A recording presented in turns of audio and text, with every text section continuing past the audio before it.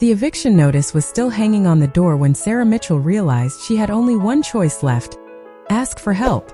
The apartment was quiet that night. Not peaceful. Quiet in the way a place becomes when someone is trying not to cry. The small kitchen light above Sarah's head flickered softly, casting a warm glow over the worn wooden table. A stack of unpaid bills sat beside a half-empty cup of coffee that had gone cold hours ago. On the refrigerator, held by a little flower-shaped magnet, was a drawing from her daughter. A simple picture. A small home, 2 people holding hands, and a sentence written in careful, uneven letters. "Mommy and me are happy." Sarah looked at it for a long moment. Then she looked away, because she didn't want her daughter to know that their little world was becoming harder to protect. At 31 years old, Sarah Mitchell had learned how to stretch every dollar. She knew which grocery stores had the best deals. She knew how to repair a loose button, make dinner from almost nothing, and smile even after a long day when her feet ached and her mind felt exhausted. But tonight was different. The rent was due. The landlord had already given her a final reminder, and her checking account showed a number she never wanted to see again: $47.26. Sarah slowly picked up her phone. Her fingers hovered over the screen. She hated this moment, not because she needed help. Everyone needed help sometimes. She hated it because asking meant admitting that all her effort had not been enough this month. She opened her messages and found the name of the person she believed could possibly understand. Someone who had helped her before. Someone she trusted. She typed carefully, "I'm sorry to ask again. I just need $600 for rent. I'll pay you back as soon as I can. I don't want my daughter worrying about losing her home." Sarah stared at the words. A small tear slipped down her cheek. Not because she was giving up, because she was still fighting. She pressed send. Then she placed the phone on the table and took a deep breath.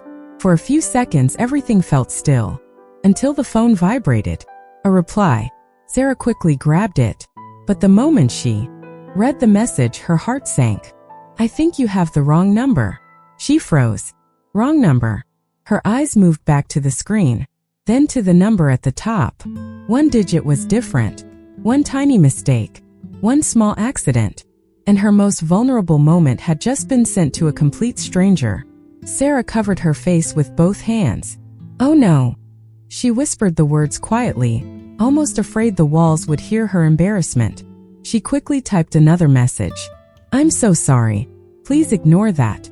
It was meant for someone else." She expected nothing after that. Maybe silence. Maybe confusion. Maybe someone judging her. But the answer that appeared moments later was something she never expected. "Are you and your daughter okay tonight?" Sarah stared at the screen. She read the sentence again and again, because after everything she had been carrying, the first person who responded didn't ask why she needed money. He didn't judge her situation. He simply asked if they were okay. And somewhere high above the city, in a world Sarah knew nothing about, the person who had received her message was not an ordinary stranger. He was a billionaire CEO, a man with everything money could buy. But that night, a single message from a stranger made him stop and remember something money had never been able to give him: a reason to care. 3,000 miles away from Sarah Mitchell's small apartment, another phone screen lit up in a room that looked like it belonged to a different world. The office was nearly empty. The city of New York stretched beyond the floor-to-ceiling windows, glowing with thousands of lights beneath the night sky. Inside the corner office, everything was quiet. Too quiet. The kind of silence that comes after a long day of decisions, meetings, and conversations that never feel personal. The man sitting behind the large wooden desk had built an empire from nothing. But lately, even success felt strangely empty. He was used to receiving messages about billion-dollar deals, company strategies, and urgent requests from executives who depended on his decisions. Not messages from strangers. Especially not messages like this. He picked up his phone. Again, the words were still there. "I just need $600 for rent. I will pay you back as soon as I can. I do not want my daughter worrying about losing her home." For a moment he simply stared. The message was not polished. It was not carefully written. There were no explanations, no dramatic story, no attempt to gain sympathy. Just a mother trying to protect her child. The CEO leaned back in his chair. His name was known across the country. His company was valued in the billions. People saw the tailored suits, the private meetings, and the headlines about his success. But they rarely saw the man behind it. The man who sometimes wondered when helping people became something done through paperwork instead of compassion. He looked at the message one more time. Then he typed a simple reply. "I think you have the wrong number." A few seconds later, another message appeared. "I am so sorry. Please ignore that. It was meant for someone else." He could almost feel the embarrassment behind those words. Most people would have ended the conversation there. A mistake. A stranger. Forgotten moment. That was what he would have done a year ago. But something made him pause. Maybe it was the mention of a daughter. Maybe it was the honesty in the message. Or maybe it was because, despite all the success around him, he recognized a feeling he had not expected. Desperation. Not his own. Someone else's. His fingers moved across the screen. "Are you and your daughter okay tonight?" After sending it, he placed the phone down. He did not expect a response immediately, but he found himself looking at the screen again and again. A strange feeling settled over him. Curiosity. Concern. Something he had almost forgotten. Across the city, Sarah was still sitting at her kitchen table.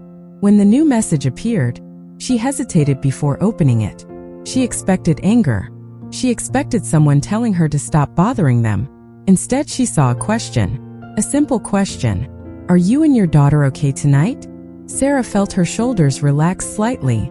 She looked toward the hallway where her little girl was sleeping. For weeks, everyone had asked about the bills, the rent, the money, the problem. But this stranger asked about them. Not the situation. Not the amount. Them. She slowly typed back. "We are okay. Thank you for asking. I am sorry again for bothering you." The reply came a few moments later. "You do not have to apologize for needing help." Sarah stared at those words. Her eyes became heavy with emotion. Because sometimes the hardest part of struggling was not the struggle itself. It was feeling invisible while carrying it. And somewhere in that quiet apartment, with a broken phone charger on the counter and unpaid bills on the table, Sarah felt something she had not felt in a long time. Someone had noticed. She did not know who he was. She did not know about the company he owned. She did not know about the millions of people who knew his name. All she knew was that a stranger had answered her worst moment with kindness. And neither of them realized yet that one accidental message was about to change both of their lives. Sarah Mitchell had spent years learning how to survive without being seen. She knew how to walk into a grocery store and calculate every item before placing it into the cart. She knew how to smile at her daughter after a difficult day, even when she had no energy left for herself. And she knew how to say, "Everything will be okay," even when she was not completely sure. The next morning, sunlight slowly entered through the thin curtains of her apartment. The small kitchen looked exactly the same as it had the night before. The bills were still on the table. The rent notice was still near the door. But something felt different. Her phone was still there. And so was the message from the stranger. Sarah looked at the screen again. "You do not have to apologize for needing help." A simple sentence. But somehow it stayed with her. She had heard many things over the years. Advice, opinions, questions, sometimes even criticism from people who never understood what her life looked like. But those words felt different. They did not make her feel smaller. They made her feel human. From the hallway, a tiny voice called out, "Mommy." Sarah quickly placed the phone down and turned around. Her daughter stood there, holding her favorite stuffed animal, her sleepy eyes searching for her mother. Sarah smiled. "Good morning, sweetheart." The little girl walked into her arms, and for a moment, the world felt simple again. This was why Sarah kept going. Not because life was easy, because someone depended on her love. After making a small breakfast, Sarah checked her schedule for the day. A morning cleaning job, an afternoon shift at a local bakery, and a few hours of paperwork she needed to finish from home. It was not the life she imagined when she was younger. But Sarah had stopped measuring her life by what she lost. She measured it by what she was still able to give. Across the city, the man behind the message was doing something unusual. He was thinking about a conversation with someone he had never met. The CEO sat in his office, surrounded by reports and financial documents. Millions of dollars moved through his company every day. Thousands of employees depended on his decisions. Yet one message from a stranger had stayed in his mind longer than any business discussion. His assistant entered the room with a folder. "Your 9 o'clock meeting is ready." He nodded, then paused. "Give me 1 minute." His assistant looked surprised. It was rare for him to delay anything, but he looked back at the phone. There was another message from Sarah. "I hope you have a good day. Thank you for being kind to someone you do not know." He read it quietly. No request, no expectation, no attempt to continue the conversation. Just gratitude. He placed the phone on the desk. For the first time in a long time, he wondered when he had stopped noticing small moments like this. When had helping someone become something calculated instead of something natural? Meanwhile, Sarah prepared to leave for work. Before stepping outside, she checked her reflection in the hallway mirror. Her hair was slightly messy. Her sweater was older than she wanted to admit, but her eyes still carried the same warmth, the same kindness, the same quiet strength. She picked up her bag, held her daughter's hand, and walked toward the door. She did not know that the stranger from the message was watching his phone, waiting for another reply. She did not know that their conversation had already changed something inside him. And he did not know that the woman behind the message was not someone looking for a rescue. She was someone who had been quietly rescuing everyone around her for years. Two people, two completely different worlds, connected by one small mistake. And neither of them knew that this was only the beginning. The rain began just after sunset. Small drops tapped against the apartment window, creating a quiet rhythm that filled the room while Sarah Mitchell folded the last piece of laundry on the couch. Her daughter was asleep nearby, wrapped in a soft blanket, holding her favorite stuffed animal close. For most people, the evening would have looked ordinary, but Sarah knew better. Ordinary moments were the ones she fought hardest to protect. She placed the folded clothes into a small basket and looked around the apartment. The furniture was old. The walls needed fresh paint. The kitchen table had a few scratches from years of use. But this was home, and to her daughter it was the safest place in the world. Her phone rested beside the bills on the table. Sarah glanced at it. She had not expected another message from the stranger, but there it was. "I hope you and your daughter had a peaceful night." She stared at the words. A small smile appeared on her face before she could stop it. It was strange. She did not know his name. She did not know his life. Yet somehow a few simple messages from a stranger had brought comfort into a week filled with uncertainty. Sarah slowly typed back, "We did. Thank you. She slept well." She paused, then added, "She is the reason I keep trying." A few moments passed. Then the reply came, "I think that says a lot about you." Sarah looked at the screen. Those words made her quiet, because she was not used to being seen that way. Most people saw the challenges first. A single mother, a difficult schedule, a small apartment, a woman trying to keep everything together. But this stranger saw something else. Strength. Across the city, the CEO read her message from his office. The building had almost emptied. The employees had gone home. The city lights reflected against the glass walls around him. Yet he remained at his desk. He had spent years building his company by making decisions quickly, by staying focused, by never allowing emotions to interfere. But this conversation was different. There was no business goal, no contract, no advantage, just two people talking. He looked at Sarah's words again. "She is the reason I keep trying." Something about that sentence stayed with him, because he understood ambition. He understood sacrifice. But he had spent years surrounded by people chasing success. Very few people talked about responsibility. Very few people talked about love. He typed another message. "You sound like someone who has been carrying a lot alone." Sarah read the message while sitting at her kitchen table. For a moment, she considered giving a simple answer. Something polite, something safe. But something about his kindness made honesty feel easier. "I have had difficult years," she wrote. "Some days are harder than others." She looked toward her daughter's room. "But I am lucky. I have her." The CEO stared at the response. he realized something important. Sarah was not asking him to fix her life. She was not searching for someone to save her. She was simply a mother doing everything she could for the person she loved most. And somehow that made him want to help even more. A few minutes later he typed, "May I ask your name?" Sarah hesitated. She had learned to be careful. The world was not always kind, but this conversation felt different. "My name is Sarah." The reply came quickly. "I am glad I met you, Sarah." She smiled softly. Outside, the rain continued falling. Two people who lived completely different lives were sitting in two different parts of the city. One had everything money could provide. The other had only determination and love. But in that quiet moment, neither of them felt alone. But sometimes, the most unexpected conversations are the ones that remind people they are still connected to the world around them. The next morning arrived faster than Sarah expected. The sound of her alarm filled the small apartment before the sun had fully risen. For a few seconds she stayed still, not because she wanted to sleep longer, because those quiet seconds before the day began were the only moments when she did not have to solve a problem. Then she heard her daughter moving in the next room. And just like that, Sarah smiled. Her day had a reason.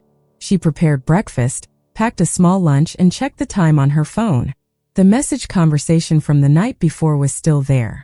She looked at it briefly. Then she locked the screen. She reminded herself that this was just a kind stranger. Nothing more. Sarah had learned not to build hopes around unexpected kindness. Life had taught her that some promises disappeared as quickly as they appeared.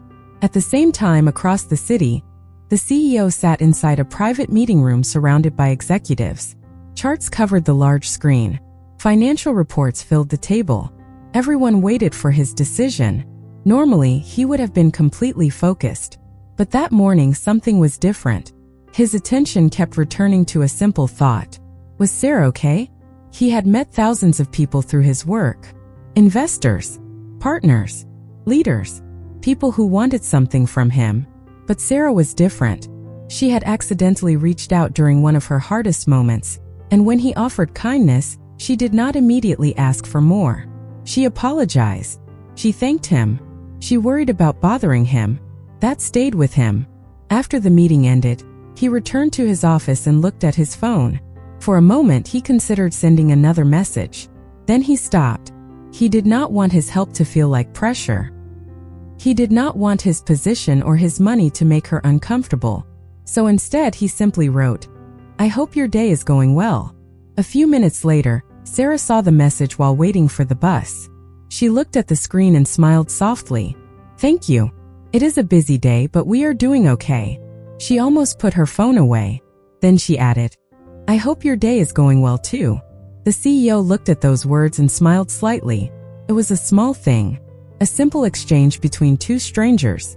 But somehow, it felt more genuine than many conversations he had during years of business. Later that afternoon, Sarah walked into the bakery where she worked part-time. The smell of fresh bread filled the small shop. Customers came and went. Everyone was busy, but Sarah still noticed the little things. An elderly customer who needed extra time. A tired parent carrying groceries. A coworker who looked like they needed encouragement. That was always who Sarah had been. Even when she had little, she found ways to give. Her manager noticed it too. "You always make people feel welcome," she said while arranging pastries. Sarah smiled. "I think everyone deserves that." Those words stayed with her long after she left work. And strangely, they stayed with someone else too. The CEO was reviewing documents when he received another message. A simple update from Sarah. "My daughter made me a drawing today. She said it was a picture of our future home." He looked at the message, then at the city outside his window. For years, he had measured success through buildings, numbers, and achievements. But a little girl's drawing had reminded him of something much simpler. A home was not about size. It was about feeling safe. It was about feeling loved.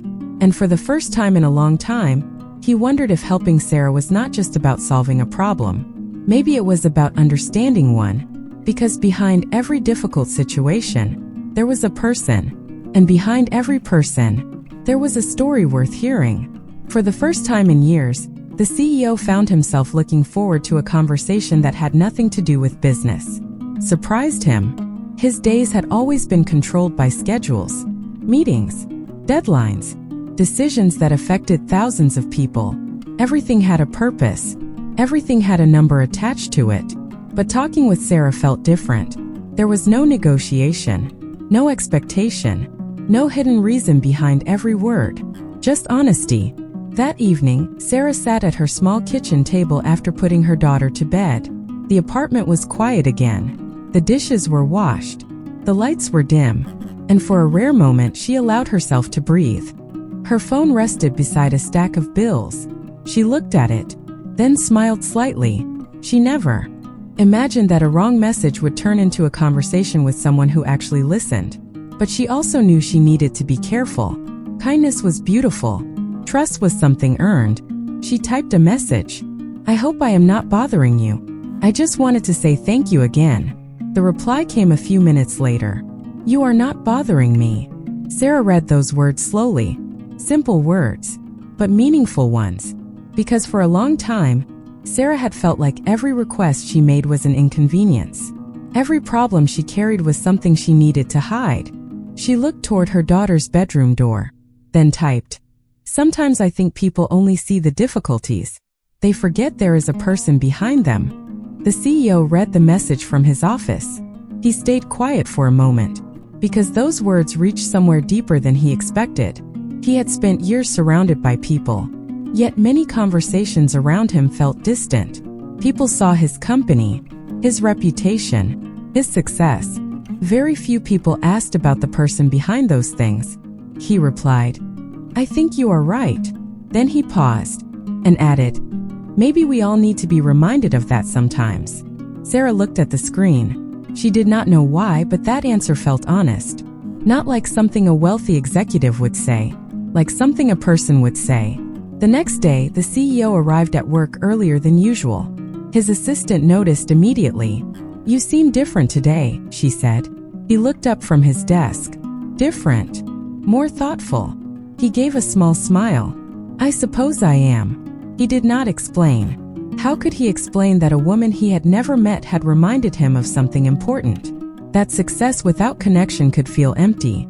That a person's value was not measured by what they owned. Meanwhile, Sarah was facing another difficult morning. The rent deadline was approaching. She checked her bank account again. The number had not changed. The worry was still there. But something inside her had changed. She was no longer carrying the weight completely alone. Not because someone had solved everything. Not because her problems disappeared. But because someone had reminded her that asking for help did not erase her strength. That afternoon, another message appeared. "I would like to help, Sarah." She stared at the screen. Her first reaction was hesitation. Her second was fear. She had worked too hard to become independent. She did not want someone's money to become something she owed emotionally. After a long pause, she replied, "Thank you, but I cannot accept something if it comes with expectations." The CEO read the message carefully. Then he smiled, because that answer told him exactly who Sarah was. She was not looking for an easy way out. She was protecting her dignity. And for the first time in a very long time, someone had challenged him with something money could not buy: integrity.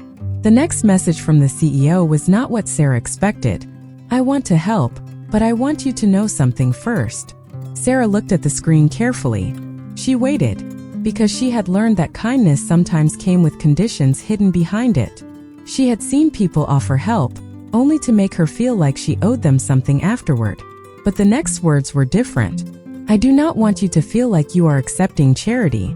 I want you to know that someone sees how hard you are working." Sarah sat quietly at the kitchen table. The room was still. The only sound was the soft hum of the refrigerator. She read the message again. "Someone sees how hard you are working." Those words touched a place she rarely allowed herself to visit. Because the truth was, Sarah was tired. Not from being a mother. Never from that. She was tired from constantly proving that she was trying. Trying to pay every bill. Trying to create stability. Trying to make sure her daughter never felt the weight of adult worries. She placed the phone down for a moment. Then she looked toward the small drawing on the refrigerator. The picture of their future home. The one her daughter had drawn with colorful crayons. Sarah smiled. That was the reason she kept moving forward. Not because she expected someone to save her, because she wanted her daughter to believe that difficult moments did not define a person. She picked up the phone again. "I appreciate that. More than you know." The CEO read her reply from his office. Outside his window, the city continued moving. Cars passed below. People walked through crowded streets, everyone carrying their own unseen stories. For years, he had looked at the city as a collection of opportunities, businesses, markets, investments. But Sarah had reminded him of something he had forgotten. Every light in those buildings belonged to someone. Every apartment held a family. Every person had a reason they were fighting. He leaned back in his chair. Then he made a decision. Not as a CEO, not as someone with unlimited resources. As a person, he wanted to meet her. Not because he felt sorry for her, because he wanted to understand the woman behind the message. The next morning, Sarah received a message. "I would like to meet you for coffee if you are comfortable." She stared at the words. Her first feeling was surprise. Her second was uncertainty. She looked around her small apartment, at the bills, at the dishes waiting to be washed, at the life she had built through patience and sacrifice. Meeting a stranger was not something she normally did, especially someone who knew about her struggles. She typed slowly, "I do not want you to feel responsible for fixing my situation." The answer came almost immediately. "I do not." Sarah paused. Then another message appeared. "I just want to meet the person who reminded me that kindness still matters." She read it quietly. For some reason, that sentence stayed with her. Because he was not talking about her problems. He was talking about her. A few days later, they agreed to meet at a small coffee shop near downtown. Sarah arrived early. She wore her simple navy sweater and carried the same practical bag she used every day. She looked nervous, but she was also curious. Across the street, the CEO stepped out of his car. For once, he was not thinking about business. He was not thinking about meetings or numbers. He was about to meet someone who had entered his life by accident and somehow made him see the world differently. Two people from completely different lives walked toward the same place. One carrying years of responsibility, the other carrying years of success.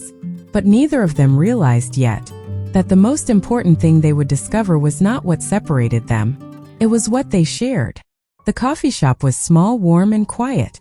It was the kind of place where people came to slow down. The soft sound of conversations filled the room. The smell of fresh coffee drifted through the air. And near the window, Sarah Mitchell sat with both hands wrapped around a warm cup. She arrived 10 minutes early, not because she was nervous, because Sarah had always been someone who respected other people's time. She looked outside at the passing cars. For a moment, she wondered if she had made the right choice. Meeting a stranger was not something she usually did, especially not a stranger who knew about the most difficult parts of her life. Then the door opened. A man walked inside. He was calm, confident, someone who looked comfortable in any room he entered. But there was something different about him today. No large team following him. No business conversations. No signs of the powerful world he came from. Just a person. His eyes moved across the room until they found Sarah. He approached slowly. "Sarah." She stood up. "Yes." He smiled. "I am glad you came." They sat across from each other. For the first few moments, neither of them knew exactly what to say. It was strange. They had already shared personal conversations through a phone screen, but sitting face to face felt different, more real. The CEO looked at her carefully, not with judgment, not with curiosity, with respect. "I want to apologize," he said. Sarah looked surprised. "For what?" "For making you feel like you needed to explain yourself." She became quiet, because she realized something. He understood. He understood that needing help was not the hardest part. The hardest part was feeling like you had to prove you deserved it. Sarah looked down at her coffee. "I have spent a long time trying to handle everything myself." Her voice was soft. "Sometimes I forget that accepting kindness does not mean I failed." The CEO listened, really listened, and that was something Sarah noticed immediately. Many people waited for their turn to speak. He waited. To understand. "I should tell you something," he said. Sarah looked up. I am not used to conversations like this. A small smile appeared on his face. My entire life has been built around solving problems, finding answers, making decisions. He paused. But sometimes I think I forgot that not every problem needs a solution right away. Sarah listened quietly, because she understood that feeling. Different lives, different circumstances, same exhaustion. The conversation continued. They talked about simple things, her daughter's favorite books, the small traditions they had created together, the dreams Sarah still carried, even after difficult years. And for the first time, the CEO saw something clearly. Sarah was not defined by what she lacked. She was defined by what she gave. She gave patience. She gave kindness. She gave love, even when nobody was watching. Later, as they stepped outside the coffee shop, the city moved around them. People hurried along the sidewalks. Cars passed through the streets, everyone chasing somewhere they needed to be. Sarah looked at him. Thank you for listening. He smiled. Thank you for reminding me to. She tilted her head slightly. Reminding you? He looked toward the city. I have spent years surrounded by people who wanted something from me. Then he looked back at her. You were the first person in a long time who simply told me the truth. Sarah did not know how much those words meant. She did not know that her honesty had reached someone who rarely allowed himself to be vulnerable. And he did not know that the woman sitting across from him had changed something inside him without ever trying. Before they separated, he said something that surprised her. I would still like to help, Sarah. She hesitated. But this time, I want you to understand something. He smiled gently. I am not helping because I think you are helpless. A quiet moment passed. I am helping because I think you are someone worth supporting. Sarah looked away for a moment. Not because she wanted to hide her emotions, because sometimes being truly seen was the hardest kindness to receive. And as they walked in different directions that afternoon, neither of them realized that their unexpected connection was about to reveal a truth neither one had been looking for. Some people enter our lives to change our circumstances. Others enter our lives to change the way we see ourselves. 3 weeks passed after that first meeting, and somehow the conversation between Sarah and the CEO had become a small part of their everyday lives. Not something planned, not something either of them expected. Just a quiet connection that grew one message at a time. Sarah was still Sarah. She still woke up early. She still packed her daughter's lunch. She still worked hard every day. Her life had not suddenly become perfect. The bills did not disappear overnight. The challenges did not magically fade away. But something important had changed. She no longer felt invisible. One evening, Sarah sat at the same kitchen table where she had once counted every dollar in her account. This time there was something different beside the bills. A small envelope. Inside was an opportunity, a chance to begin again. The CEO had helped her create a plan, not by taking control of her life, but by giving her the support she needed to move forward. A better work opportunity, a more stable future for her daughter. A reminder that accepting help did not mean losing independence. Sarah looked toward her daughter, who was drawing at the table. What are you making? The little girl smiled. Our new house. Sarah laughed softly. We already have a house. Her daughter shook her head. No, Mommy. Our happy house. Sarah stopped, because children had a way of seeing things adults often forgot. Home was not about the walls. It was about the people inside them. Across the city, the CEO stood in his office overlooking the same skyline he had watched for years. But it looked different now. The buildings were the same. The lights were the same. The city was still moving at the same impossible speed. But he was different. For years he believed success meant reaching higher, building more, achieving more. But Sarah had shown him something he never learned in any business meeting. A person's greatest impact was not measured by what they owned. It was measured by what they gave. The next morning he received a message from Sarah. My daughter wanted me to tell you something. He smiled and replied, What is that? A moment later the answer appeared. She said you helped make our home happier. He looked at the message quietly. Then another message followed. Thank you for seeing us. Those 4 words stayed with him, because that was what Sarah had given him from the beginning. Not admiration, not attention, not a reason to feel important. She had simply reminded him that every person deserved to be seen. Months earlier, a stranger's message had appeared on his phone by accident. A message about rent, a message about worry, a message from a mother trying to protect her child. At first, he thought he was the person offering something valuable, but over time he realized the truth. Sarah had given him something far more important: perspective, compassion, a connection to the part of himself he had forgotten. Years from now, neither of them would remember the exact words typed that first night.